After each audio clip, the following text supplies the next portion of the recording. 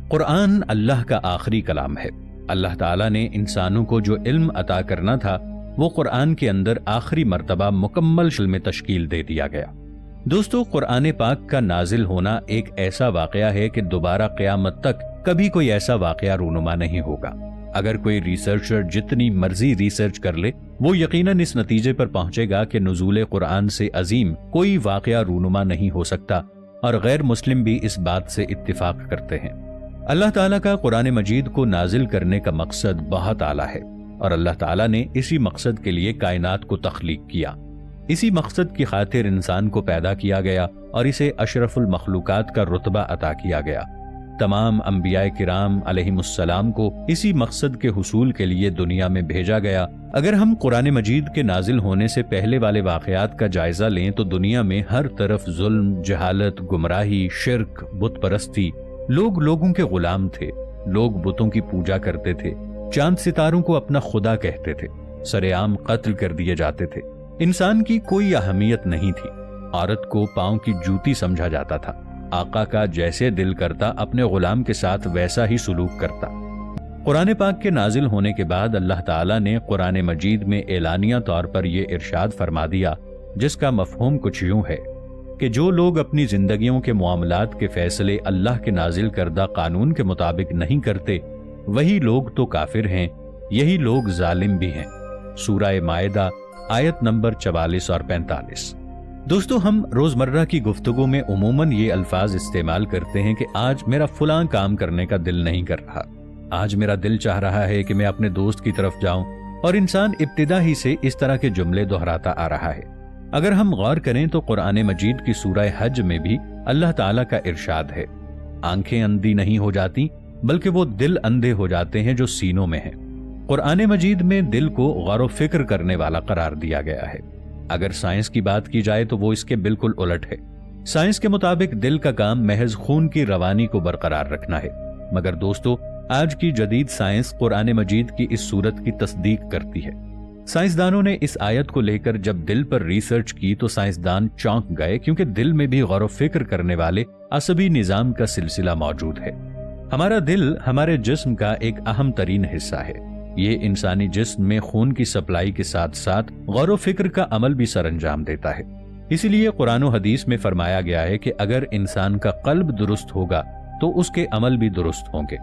ہمارے پیارے نبی حضرت محمد صلی اللہ علیہ وآلہ وسلم نے ارشاد فرمایا، بے شک انسان کے جسم میں گوشت کا ایک لوتھڑا ایسا ہے کہ اگر وہ درست کام کرے تو پورا جسم درست رہتا ہے، اگر وہ بگڑ جائے تو انسان بگڑ جاتا ہے، خبردار وہ دل ہے۔ بخاری و مسلم۔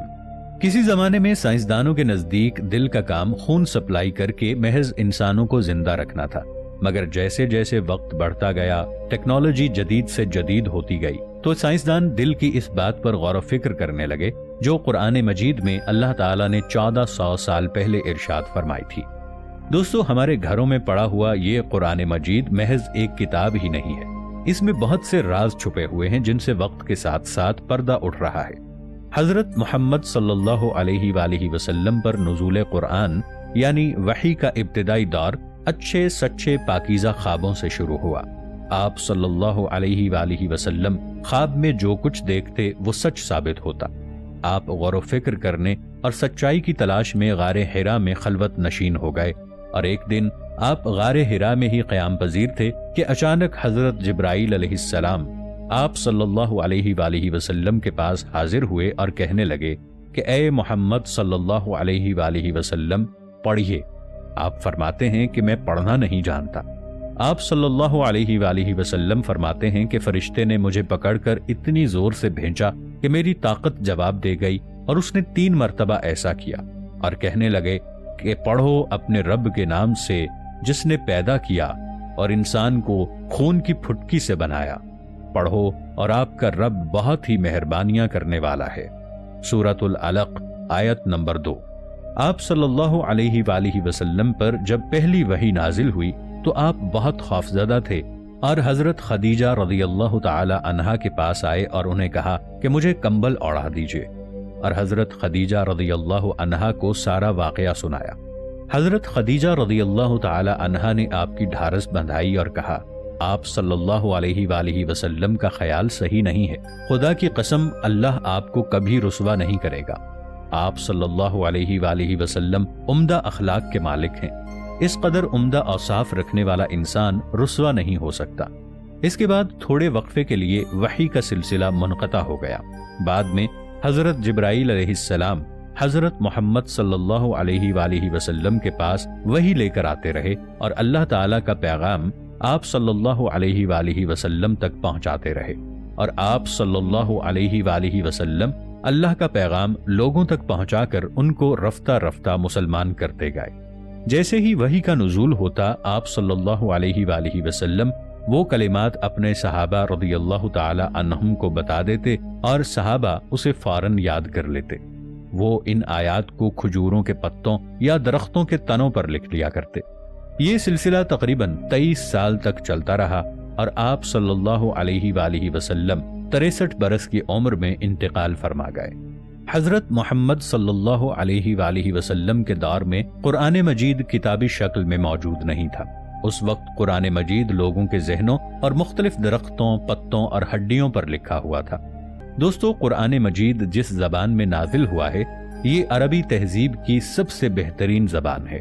قرآن مجید کے تمام حروف نہایت عمدگی کے ساتھ ایک دوسرے سے جڑے ہوئے ہیں، اور اس طرح کہ 23 سال کے عرصے میں اس کتاب کی مختلف سورتوں کی مختلف آیات مختلف اوقات میں نازل ہوتی رہیں، اور نبی کریم صلی اللہ علیہ وآلہ وسلم کے سینہ مبارک میں اللہ تعالیٰ نے انہیں ایک ترتیب کے ساتھ پرو دیا۔ قرآن مجید کے تمام حروف نہایت عمدگی کے ساتھ ایک دوسرے سے جڑے ہوئے ہیں۔ آج تک دنیا کی کوئی بھی طاقت اس طرح کی کتاب تو کیا ایک آیت بھی نہیں بنا سکی۔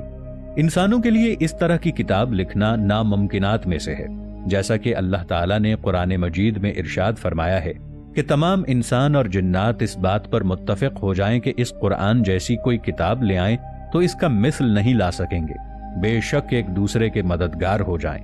ایک اور جگہ پر اللہ تعالیٰ نے ارشاد فرمایا، یہ وہ کتاب ہے جسے ہم نے برکت کے طور پر نازل کیا، اس کی پیروی کرو اور تقوی اختیار کرو تاکہ تم پر رحم کیا جائے۔ دوستو، قرآن مجید کی تلاوت سے ہمارے دماغ میں کیا کیا تبدیلیاں وقوع پذیر ہوتی ہیں، اس کا آپ اندازہ بھی نہیں لگا سکتے۔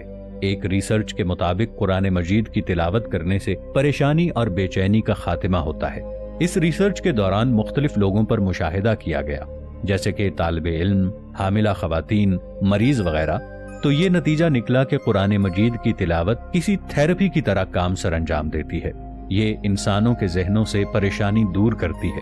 قرآن مجید میں ایسے بہت سے سوالات کے جواب پنہاں ہیں جن کا سائنس کو اب ادراک ہوا ہے۔ قرآن مجید میں یہ سب کچھ 1400 سال پہلے بتا دیا گیا تھا، جیسا کہ بگ بینگ، بلیک ہول، زمین کی محوری اور مداری گردش، کائنات کی توسیع وغیرہ کو قرآن پاک نے 1400 سال پہلے مکمل تفصیل کے ساتھ بیان کیا تھا، جو کہ سائنس کو جاننے میں اتنے سال کا عرصہ لگا۔ قرآن مجید کا یہ معجزہ انتہائی دلچسپ ہے۔ دوستو، ہمارے نظام شمسی میں کل 8 سیارے ہیں، مگر IAU نے 3 اور سیاروں کو ہمارا نظام شمسی کا حصہ قرار دیا ہے، جن کے بارے میں لوگ لا علم تھے، مگر قرآن مجید میں یہ بات 1400 سال پہلے موجود ہے۔